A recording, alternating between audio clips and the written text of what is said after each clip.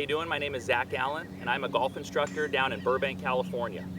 I'm going to share a great tip with you today about the grip and the importance of placing your hands on the club in the right fashion. Typically the thing you see is people say to strengthen the grip if you're fighting a slice, to do different things like that, but I'm going to go at it a little bit differently today. I've actually got a club that's built with a putter grip on it. Hope you can see that there up close. You can see it's an 8-iron. Here's the square position. But if you look at the handle of the grip, the flat part of the putter grip, I've rotated it to the right about 45 degrees. And that's really important because as we go to take the grip now, that's what I want you guys to do to begin with, is rotate your hand about 45 degrees to the right before you place it on the golf club. I'm going to tell you why that's really important. So many of you out there, because of the design of the club, it wants to open and close, okay? Our job is to kind of resist that urge and keep the club stable, especially through the hitting area, not let it do this. If I just drop the club here in my hands, you see how it wants to open? And if I just drop it this way, it wants to close. So a lot of shots are being hit poorly just because there's too much twisting of the face through the hitting area. Glancing blows, fat shots, thin shots. So by taking a grip, okay, with your thumb more on the right side of the shaft or behind the shaft, you're going to be able to support that club through the hitting area much better. It's something that Tiger's been working on with Sean Foley since moving away from Hank Haney.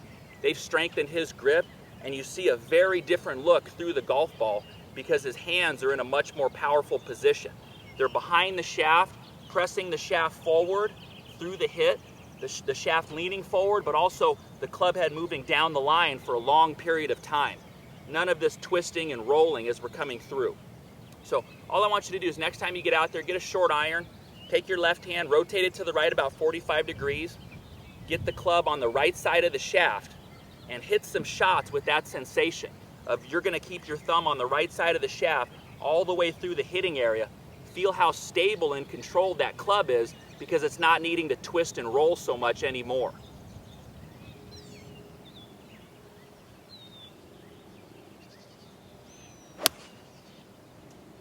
So that felt really good.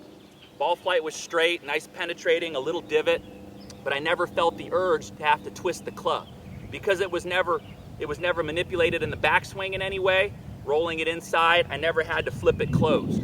So people kind of mistake that for releasing the club. What we see the best players doing is there's not that much there. It's very stable and supported as they go through the hitting area with their body just backing it up. So I hope that grip tip gives you a little more insight into the proper release and the proper thought process of how the club goes through the hitting area. Have a great day. So here we have an example of one of my students who was struggling with this very issue. You can see here by the grip on the right-hand side of the screen that it was a very weak grip with the hands rotated to the left. So just because of this, here you had a guy who was, tall, strong, flexible, but he was not hitting his irons anywhere. His 9-iron was probably going about 75 yards. And it was all just related back to this grip. And from there, how the grip would cause this excessive rotation. You could see how open the club face would get as it got to the top and coming down and into the hit. It's a very open club face. The plane of his swing is fine, but you can see the face is so open, it's really causing him to kind of be scooping through the golf ball. You watch from this face-on view, and that original grip would really cause some over-rotation with that club. The swing would get very long just because he's trying to kind of find power somewhere. So he would find it by using his arms and wrists more. And you could see that impact position with his hands behind the golf ball. So what we did here is we got that swing trainer and he started hitting with that, the one with the grip rotated to the right. So you can see just from the face-on view how different the grip is to begin with.